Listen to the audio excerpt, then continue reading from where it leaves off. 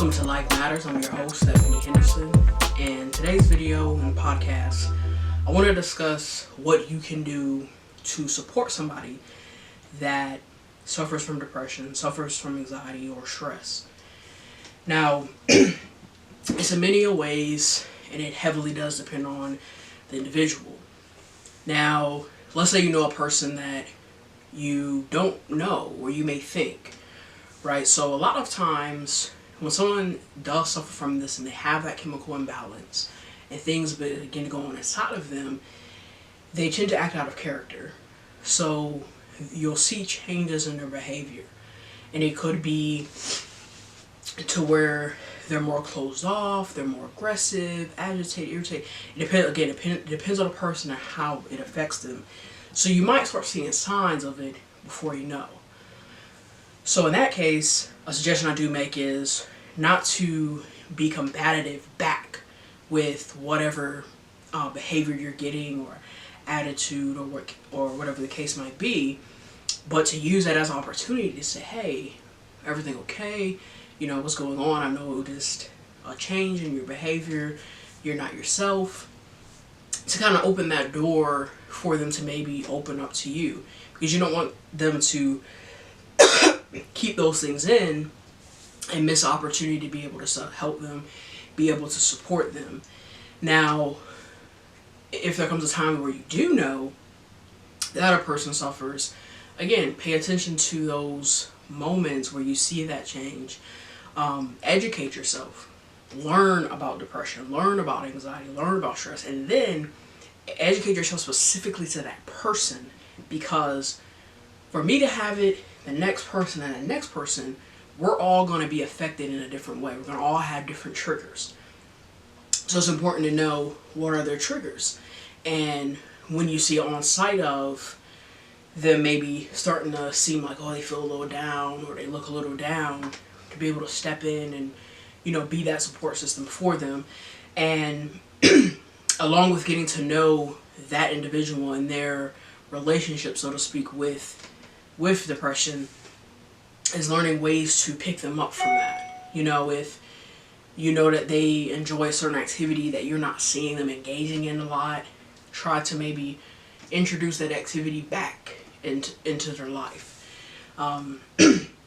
It's also very important to know the person, because you have to know what revolves a person and what doesn't.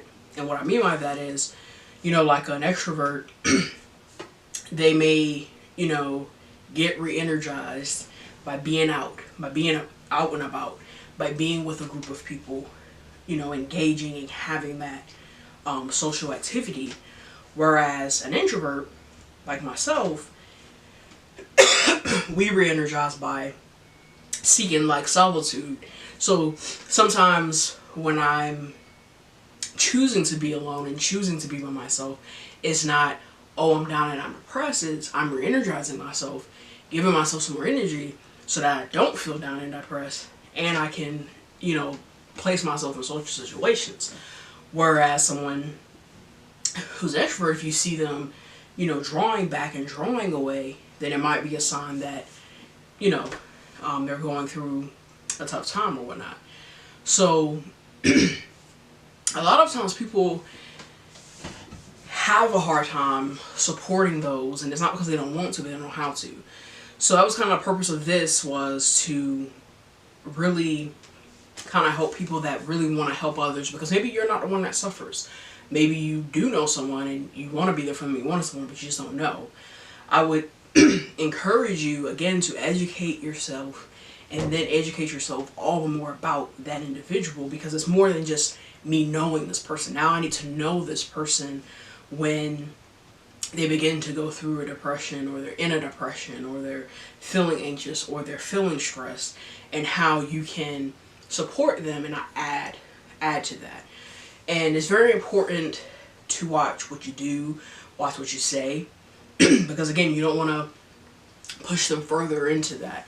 And I know for myself, sometimes I can kind of key in on it a little easier, because I know myself and how I suffer from it, and my symptoms and what triggers me. So it's a lot easier to identify that. And I'll be honest with you, sometimes you're going to be in situations where you're trying to help and you want to help, but you feel that wall, that rejection, or you're feeling that pushed away, and or they might say and do things to hurt you. I know I've been guilty of that, but keep in mind that that's not them, right? It's just the sickness, it's just the depression, it's just the stress, it's just the anxiety. So it's causing them to do things, it's causing them to say things. And I know for me, there's times I can reference, I'm like, you know, I shouldn't have did that, or I shouldn't have said that. And it's a tough road when you decide to be there along someone and decide to support them and, you know, go on that journey with them.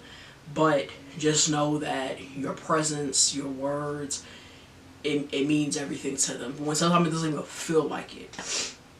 Because a lot of healing comes from support, you know.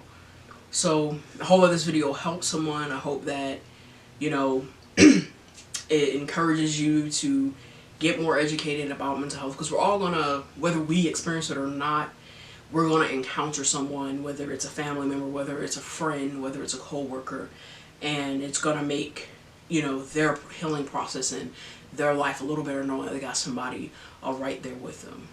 Life matters. Stephanie Henderson.